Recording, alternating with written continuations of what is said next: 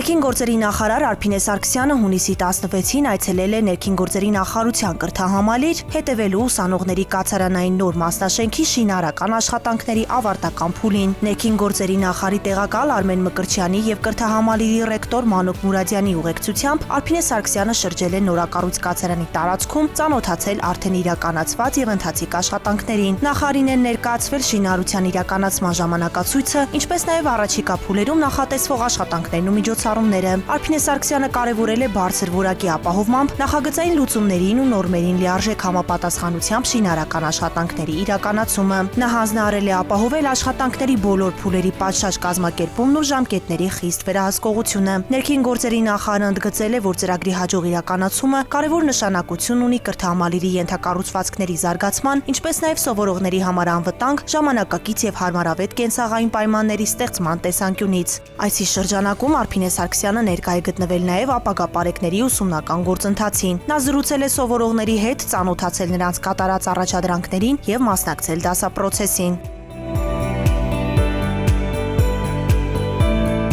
Արփինե Սարգսյանը կարևորել է կրթության որակի բարելավման ուղղված հետևողական քայլերը, նշելով, որ իրականացվող բարեփոխումները նպատակ ունեն ձևավորելու մասնագիտական պատրաստվածությամբ, պատասխանատվության բարձր զգացում ունեցող եւ քաղաքացիների կարիքներին արձագանքող ծառայողներ, որոնք իրենց գործունեությամբ կնպաստեն հանրային անվտանգության ապահովման եւ հասարակության վստահության ամրապնդման գործընթացին։ Ապագա պարեկները նախարարին ներկայացրել են իրենց դիտարկումներն ու հետադարձ կապը ուսուցման որակի, կիրառվող մեթոդների, կրթական գործընթացի կազմակերպման առանձնահատկությունների վերաբերյալ։ Հունիսի 14-ի երեկոյան ժամը 7-ին Էրեբունի բժշկական կենտրոնից Ներքին գործերի նախարարության օպերատիվ կառավարման կենտրոն ստացվել է հաղորդում, որ մարմնական վնասվածքներով բուժօգնության է դիմել Արարատի մարզի Ովտաշեն գյուղի բնակիչ 30-ամյա մի երիտասարդ։ Նա հայտնել էր, թե վնասվածքը ստացել է հեծանիվից ընկնելու հետևանքով։ Արտաշատի համայնքային ոստիկանները համագործակցելով քրեական ոստիկանության Արարատի մարզային վարչության ծառայողների հետ պարզեցին, որ Ովտաշենում գտնվող գյուղմթերքի շուկայի տարածքում տուժած երիտասարդն ու նրա համագյուղացիները վիճաբանել են միմյանց հետ, փոխադարձ հարվածներ հասցրել եւ այդ ընթացքում 34-ամյա համագյուղացին նստելով Nissan Magnich-ի իր ավտոմեքենան վարելու վրա երթի է ենթարկել 30-ամյա տուժածին եւ դիմել փախուստի։ Բացատրական աշխատանքի շնորհիվ հունիսի 16-ին 34-ամյա հովտաշենցին ներկայացել է քրեական ոստիկանության Արարատի մարզային վարչություն եւ ձերբակալվել։ Ձեռնարկված հետագա միջոցառումների արդյունքում միջադեպին մասնակից 8 անձ հայտնաբերվել եւ ներկայացվել է նախաքննական մարմին, նրանցից 4-ը ձերբակալվել եւ տեղափոխվել է ձերբակալվածների պահման վայր։ Հանգամանքները պարզվում են։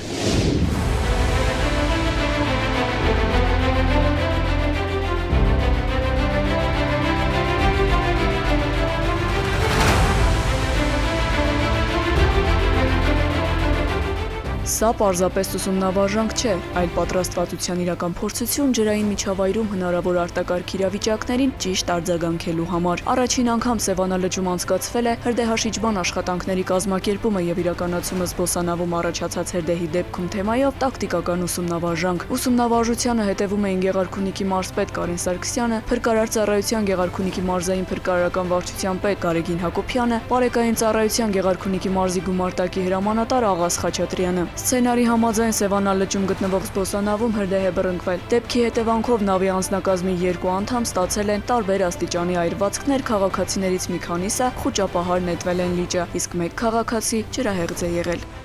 Ցուցադրական հատուկ տակտիկական ուսումնավարության նպատակը հիմնականում կայանում էր նրանում, որ հաշվի առնելով արխիվում լողասեզոնն է,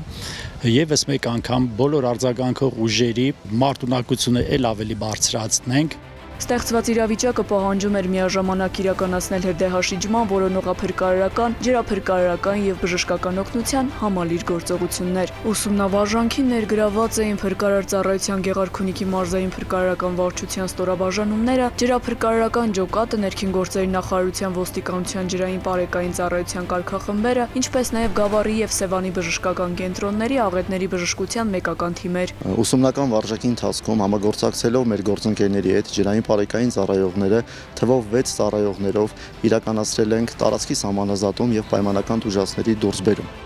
Գործնական միջոցառման ընթացքում ստուգվել են ուժերի եւ միջոցների օպերատիվ տեղակայման, ջրից քաղաքացիների դուրսբերման, բժշկական օգնության կազմակերպման եւ տարբեր ծառայությունների միջև համակարգված փոխգործակցության մեխանիզմները։ Ավարտին ամփոփվել են արդյունքները, մատնանշվել առավել բարելավման կարիք ունեցող ուղղությունները։ Ուսումնավարժանքը հնարավորություն է տվել իրականությանը մոտարկված պայմաններում գնահատելու արձագանքող ստորաբաժանումների պատրաստվածության մակարդակը եւ բարձրացնելու արտակարգ իրավիճակների արդյունավետ կառավարման կարողությունները։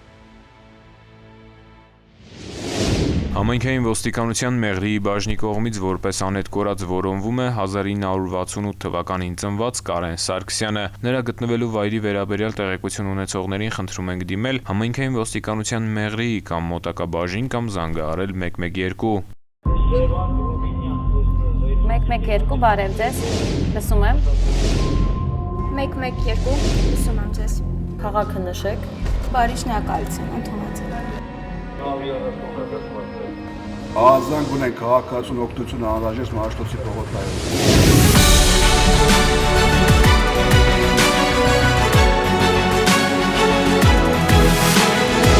112 մեկ զանգ արագ արձագանք։ Գործարկվել է ներքին գործերի նախարարության ոստիկանության պաշտոնական նոր կայքը police.mia.gov.am-ը։ Ժամանակակից սկզբունքներով եռալեզու կայքը համապատասխանում է Հայաստանի Հանրապետության հանրային ծառայությունների թվայնացման սկզբունքներին, գործում է անպայման տիրույթում, արագագործ է եւ ծավալուն։ Տեխնիկական լուծումների արդյունքում կայքում գործում է նաեւ Եվրոպական միության ստանդարտներին համապատասխան ալգորիթմ, որի շնորհիվ այն հասանելի է նաեւ սահմանափակ կարողություններ ունեցող անձանց։ Կայքը հասանելի կլինի որոնման տարբեր համակարգերով, այլ երկրներում, ինչպես նաև հարմարեցված է տարբեր սարքավորումների էկրանների չափերին։ police.mia.gov.am-ը համահունչ է ներքին գործերի նախարարության ոստիկանության օպերատիվ գործառույթներին։ Ղարաբաղից տեղահանված անձ ես, ունես փախստականի կարգավիճակ եւ ուզում ես ձեռք բերել Հայաստանի Հանրապետության քաղաքացիություն, ուրեմն շարունակիր դիտել տեսանյութը։ Այս թվային հարթակը ստեղծված է, որպեսզի գործընթացը լինի հնարավորինս հարմար։ Համակարգն առաջարկում է գրանցման 4 ընթացակարգ։ Փախստական տարբերակն ընտրում ես, եթե Ղարաբաղից տեղահանված անձ ես, չունես որևէ երկրի քաղաքացիություն եւ ունես 070 ծածկագրով անձնագիր։